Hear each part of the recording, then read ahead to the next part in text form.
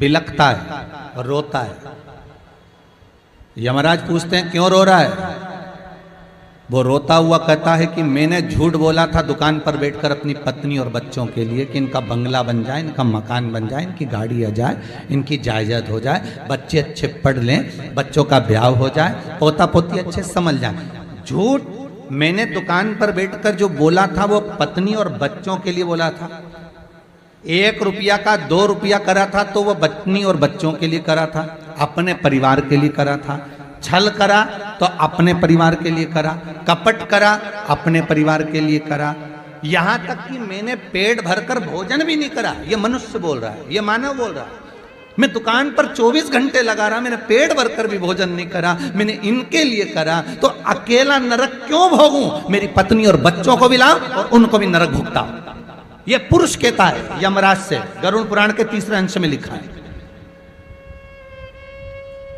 कि मेरी पत्नी और बच्चों को भी बुलाओ, मेरे परिवार वालों को भी बुलाओ, मेरे भाई बंधु को भी बुलाओ, वो भी भोगेंगे, नरक भोगेंगे। तो यमराज कहता है झूठ कौन बोला? तू। कपट किसने करा? तूने। बेईमानी किसने करी? तूने। प्रपंच किसने करा? तूने। निंदा किसने करी? तूने। तो भोग भी कौन भोगेगा? तू। तो माताओं तुमको टेंशन लेने की जरूरत नहीं, तुम तो बढ़िया जूड़ा मुड़ा लगा के आराम से रहो।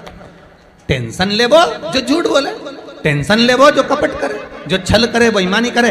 इसलिए इनके नाम के आगे केवल पति लिखा, तुम्हारे नाम के आगे धर्म पत्नी लिखा। धर्म पत्नी क्यों लिखा? क्योंकि ये कमा कर लेकर आएगा तुमको देगा, ये कमाई कर कर लाएगा तुम्हारे हाथ में देगा। तुम धर्म पत्नी का फर्ज अदा करना, ये दान नहीं कर पाएगा, ये पुण्य नहीं कर पाएगा, ये सत्कर्म नहीं कर पाएगा, क्योंकि इसको परिवार को पालना है, कुटुंब को पालना है, अपने बच्चों को पालना है, तो झूठ भी बोलना पड़ेगा, इसको बेईमानी भी करना पड़ेगी, इसको कपट भी करना पड़ेगा, इसको छल भी करना पड़ेगा, क्योंकि इसको परिवार को पालना है। तो बिगर बेईमानी के, बिना छल के, बिना असत्य के, बिना झूठ के ये आगे बढ़ नहीं सकता। तो इनके नाम के आगे वेद व्यास जी ने किसी पुराण में धर्मपति नहीं लिखा, पर तुम्हारे नाम के आगे धर्मपत्नी इसलिए लिखा कि इसकी कमाई जब तुम्हारे हाथ में आए तो कमाई में से थोड़ा सा निकाल कर कहीं शिव महापुराण में, कहीं कन्याओं के ब्याह में, कहीं गौ माता में, कहीं गरीबों में, कहीं ब्राह्मणों में, कहीं साधु सन्यासी में, उसको सत्कर्म में लगा देना।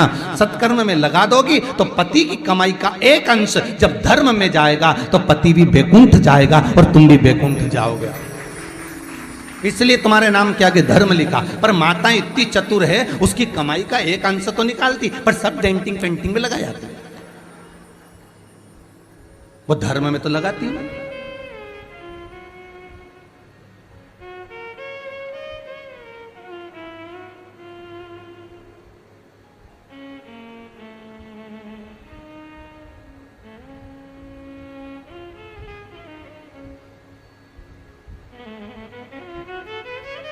ये तुम्हारा फर्ज है।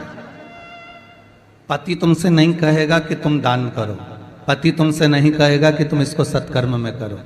जैसे बच्चों की फीस भरने की जवाबदारी तुम्हारी होती है, तुम याद दिलाती हो। बोलो दिलाती कि नहीं दिलाती? अरे बोलो तो जम के। क्या कहती है? सुनो, ट्यूशन की फीस जमा करना है, 1200 रुपए दे के जाना है। सुनो, गैस की टंकी खत्म हो गई है, भरवाना है, 800 रुपए दे के जाना।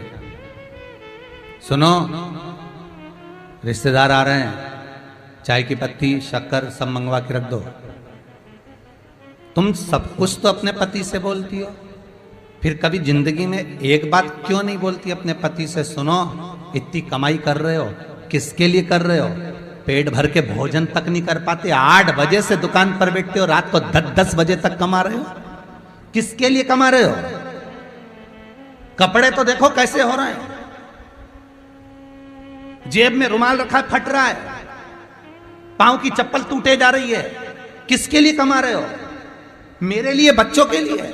तो तुम भी तो खाओ, तुम भी तो अपनी जिंदगी अच्छे से जियो, कि केवल कोल्हू के बेल की तरह हमाली करते करते मर जाओगे।